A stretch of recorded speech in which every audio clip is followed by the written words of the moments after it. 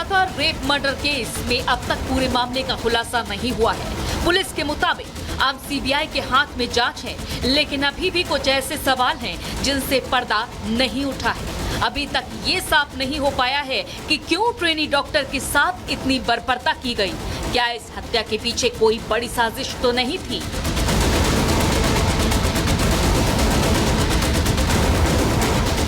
इन्हीं सवालों का जवाब जानने के लिए सीबीआई लगातार दिन रात जांच पड़ताल में जुटी हुई है। पूर्व प्रिंसिपल संदीप घोष से भी सीबीआई लगातार सवाल जवाब कर रही है। अब तक 62 घंटे की पूछताछ हो चुकी है और इस बीच सूत्रों का दावा है कि पूर्व प्रिंसिपल से पूछताछ के दौरान सीबीआई को कई चौंकाने वाले सच पता लगे हैं। पूर्व प्रिंसिपल ने 9 अगस्त को सुबह 7 बजे अपने एक विश्वास पात्र सहयोगी के माध्यम से पता लगाया कि पीड़ित का शव सेमिनार रूम में पड़ा हुआ था। इसके बाद कई लोग सेमिनार हॉल में घुस गए। पूरी घटना के बारे में जानने के बाद संदीप घोष ने एक बैठक की। पुलिस को बहुत देर से मामले की जानकारी दी। अब तक की जांच पड़ताल और पूछताछ में सीबीआई को इस वारदात के पीछे एक बड़ी और गहरी साजिश नजर आ रही है।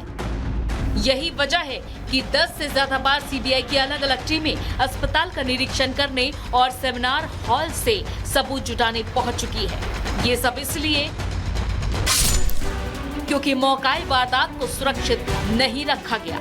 सेमिनार हॉल के पास रेनोवेशन करवाया गया, जो इस वारदात में सबसे बड़ी लापरवाही है। सेमिनार हॉल में मल्टीपल फुटप्रिंट मिले हैं।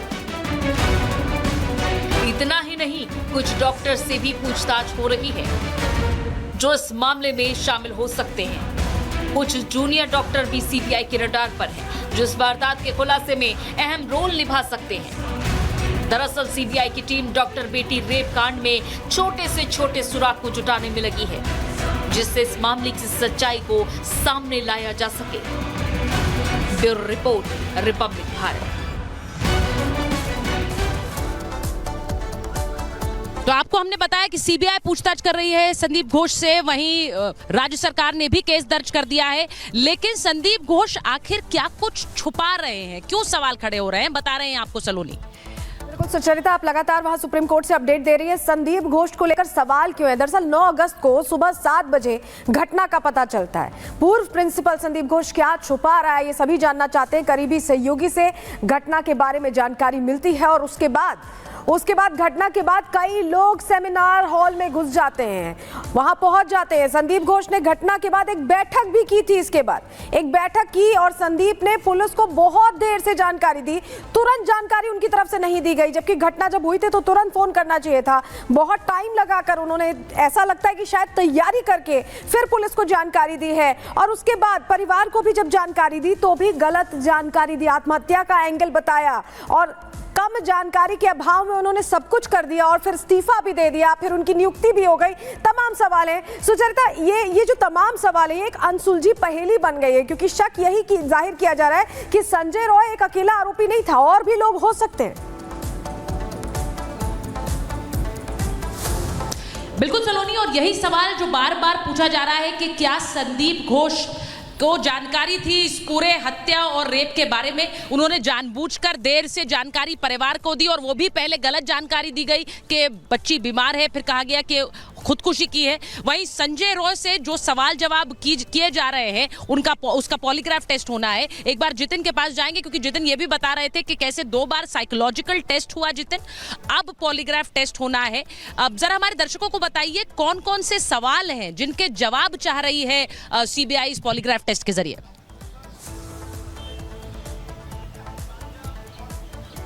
साइकोलॉजिकल टेस्ट हुआ, उससे सीबीआई संतुष्ट नहीं है और यही कारण है कि अब पॉलीग्राफ, जिसे लाई डिटेक्टर टेस्ट भी बोला जाता है, वो अब सीबीआई करवा रही है। उसका प्रोसेस शुरू किया गया है। देर शाम तक ये जानकारी मिल रही है कि वो जो टेस्ट है वो शुरू करवा भी दिया जाएगा। लेकिन आपको बता दें कि सवाल ये है, सबसे बड़ा सवाल ये कि क्या सिर्फ संजय राय शामिल था, इसके अलावा कोई और नहीं था, या कुछ और लोग भी थे जो कि इस पूरे मामले को छुपाया जा रहा है। क्योंकि सीबीआई इन्वेस्टिगेशन ये बोल रही है कि सेमिनार हॉल के अंदर मल्टीपल फुटप्रिंट्स देखे गए, तो वो फुटप्रिंट्स किसके हैं, इतनी लापरवाही किस तरीके से हुई, क्राइम सीन को कोलकाता पुलिस ने समय रहते सीज क्यों नहीं किया, इतने सारे लोग सेमिनार हॉल में कैसे पहुंच जाते हैं, ये सबसे बड़ा सवाल है कि एक शख्स या और भी ज्यादा लोगों के इस केस में होने की संभावना है, क्योंकि लगातार जो डॉक्टर प्रोटेस्ट कर रहे हैं वो इस सवाल को सबसे पहले नंबर पर उठाते हैं। दूसरा, संजय राय की मंशा क्या थी, क्या वो एक शराब के नशे में किया हुआ क्राइम है या पहले से कुछ पुरानी रंजिश थी जिसको लेकर टारगेट किया गया विक्टिम को और उसके बाद इस पूरी घटना को अंजाम दिया गया, क्योंकि पोस्टमार्टम रिपोर्ट जो बयां कर रही है वो हैवानियत को बयां कर रही है, जिसको लेकर हर कोई एक तरीके से सहम रहा है। जब भी उसके बारे में बात करते हैं हम भी शब्दों में उस पोस्टमार्टम रिपोर्ट को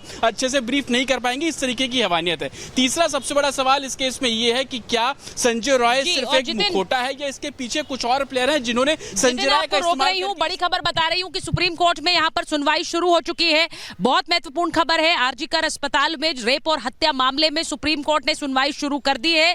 सुनवाई शुरू हो चुकी है, जैसा मैंने कहा कि चीफ जस्टिस चंद्रचूड़ की अध्यक्षता वाली ये 3 जजों की जस्टिस की बेंच है जो कि इस पूरे मामले में सुनवाई शुरू कर चुकी है। Chief justice DY Chandrachud, justice JB Pardiwala और जस्टिस मनोज मिश्रा की ये खंडपीठ है जो कि इस मामले में सुनवाई कर रही है। और इस मामले में रविवार को स्वतः संज्ञान लिया गया था। स्वतः संज्ञान लेने के बाद अब सुप्रीम कोर्ट ने इस मामले में सुनवाई शुरू कर दी है। तो ये बड़ी खबर मैं आपको बता दूं, हम सुप्रीम कोर्ट में मौजूद हैं। सुप्रीम कोर्ट में इस मामले की सुनवाई शुरू हुई है और जैसा हमने कहा कि सुप्रीम कोर्ट आज इस मामले में कोई दिशा निर्देश दे सकता है। सुप्रीम कोर्ट इस मामले में केंद्र और राज्य सरकार से सवाल पूछ सकता है। हम आपको ये भी बताएं कि इस पूरे मामले पर सुप्रीम कोर्ट ने स्वतः संज्ञान लिया ही इस वजह से है क्योंकि एक देशव्यापी आंदोलन देखा गया। देश भर में अलग अलग शहरों में डॉक्टर सड़कों पर उतरे और अपनी सुरक्षा को लेकर, खासकर महिला डॉक्टर्स की सुरक्षा को लेकर सवाल उठाए गए। महिला डॉक्टर्स जो कि नाइट ड्यूटी पर जाती हैं, उनकी सुरक्षा की जिम्मेदारी किसकी है, ये सवाल उठाए गए। ऐसे में सुप्रीम कोर्ट ने स्वतः संज्ञान लिया है और मैंने जैसा कहा कि बहुत कम होता है कि हाईकोर्ट किसी मामले में सुनवाई कर रहा हो, हाईकोर्ट के सामने कोई मामला हो और उसके चलते भी सुप्रीम कोर्ट उस मामले में कॉग्निसेंस ले, सुओ मोटो कॉग्निसेंस ले, लेकिन इस मामले में सुप्रीम कोर्ट ने ऐसा किया है। जैसा मैंने कहा, हाई कोर्ट में एक रिपोर्ट राज्य सरकार को दाखिल करनी है ये बताते हुए कि इस मामले में स्टेट गवर्नमेंट ने क्या कुछ किया। जैसे ही ये जानकारी आई, ये मामला सामने आया, स्टेट गवर्नमेंट ने क्या कदम उठाए। इसी के साथ साथ ये भी कि जिस तरह से एक उपद्रवियों की भीड़ अस्पताल में पहुंची और जो क्राइम साइट थी उस पर टैंपर किया, वहां तोड़फोड़ की, उस पूरे मामले में भी कोर्ट ने बहुत नाराजगी भरे शब्दों में कहा था कि 7,000 लोगों की भीड़ कैसे पहुंच गई, क्यों ना इस अस्पताल को बंद कर दिया जाए। हाई कोर्ट ने सीधे सीधे राज्य सरकार को फटकार लगाई थी, उस पर भी राज्य सरकार को एक रिपोर्ट दाखिल करनी है। लेकिन इस सब के बीच आज सुप्रीम कोर्ट में सुनवाई हो रही है जो कि अहम है। सुप्रीम कोर्ट में ये सुनवाई, जैसा मैंने कहा कि अभी मेंशनिंग शुरू हुई है और इस पूरे मामले पे मैटर टेकअप होगा और सुनवाई शुरू होगी। और जैसे जैसे सुप्रीम कोर्ट से अपडेट्स आएंगे हम आपको बता दें कि इस वक्त developments Kolkata rape murder case में कहां-कहां हो रहे हैं। सबसे पहला, जैसा जितिन कोलकाता से बता रहे हैं, वहां पर पॉलीग्राफ टेस्ट की मंजूरी मिल गई है, तो वहां पर पॉलीग्राफ टेस्ट होना है। और वहीं संदीप घोष को इस पूरे मामले में उससे पूछताछ जारी है। दूसरी तरफ सुप्रीम कोर्ट में सुओ मोटो कॉग्निसेंस लेते हुए इस मामले की सुनवाई शुरू हो गई है, जिसकी तस्वीरें हम आपको दिखा रहे हैं, जिसकी लाइव स्ट्रीमिंग हम आपको दिखा रहे हैं सुप्रीम कोर्ट से सीधे। और वहीं तीसरा एक्शन, पश्चिम बंगाल के गवर्नर जो कि दिल्ली पहुंचे हैं, जिन्होंने वाइस प्रेसिडेंट जगदीप धनखड़ से मुलाकात की है और उसके बाद आज वो गृह मंत्री अमित शाह से भी मुलाकात करेंगे। Otherwise, we'll spend the next 10 minutes on only. I am appearing for the Indian Medical Association. Will give our slip note. And my lord, I am for the writ petitioner at whose behest the investigation was transferred to CBI. Right.